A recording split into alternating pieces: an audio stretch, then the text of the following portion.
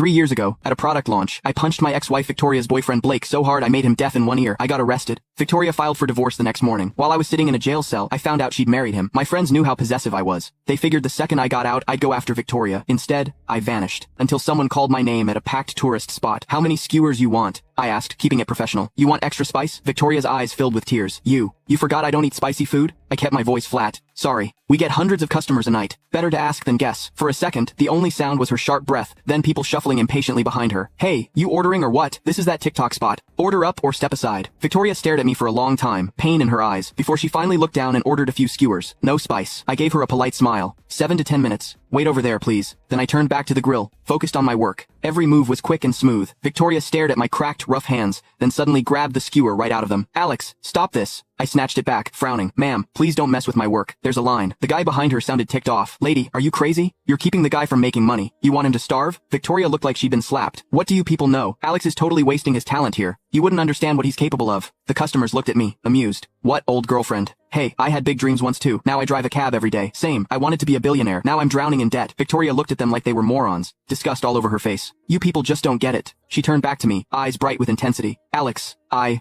know you don't really want this. The code you wrote, the programs you built, they were genius. You could make millions overnight if you wanted. Why are you throwing it all away?" Before I could answer, her eyes went red with guilt. "Is it because of me? I know what happened hit you hard, but I never thought you'd give up like this. End up like." Her eyes were full of pity, like I was doing something shameful. I stayed calm. "Ma'am, if you don't want the food, I can cancel your order. Please don't hold up my business." Victoria froze, shocked and hurt. She sat back down, tears spilling over. "Who said I don't want it? I'm eating." I turned back and finished up the skewers. Victoria ate while crying, glancing at me over and over, hoping I'd comfort her like I used to, but I just frowned a little and refilled her napkins. "Ma'am, if you need help, there's a police station about 500 yards that way." That finally broke her. She covered her face and ran off. I didn't see her again until I was about to close up. She stepped out of the shadows where she'd been hiding. "How long have you been doing this?" She pulled out a stack of cash and put it in front of me. "I'm here on vacation. Spend 2 hours showing me around, and you'll make more than you do at this stall." I looked at the thick stack of bills. 3, maybe 4,000. Enough for the doll Lily had been begging for. The skewers were sold out. Only an idiot would turn down easy money. "Sure, I know this place like the back of my hand." I smiled, took the cash. "No shame." Victoria's voice shook. You never used to care about money like this. Small money. Remember that time? Some rich kid offered you $500,000 just to have a drink with him? You smashed $1 million bottle of cognac over his head. It cost us a deal worth 10 times that. She looked at my greasy cheap t-shirt, her face unreadable. "Your skin's sensitive. You couldn't wear cheap polyester. You only wore custom wool suits. Even your socks cost more than your whole setup here." She couldn't wrap her head around how the flashy, big spending guy she knew had changed so much. I didn't say anything, just smiled and pointed to a building on the distant cliff, like a castle in the clouds. "That building, right on the cliff, it's a famous landmark around here." I gave her the tour guide's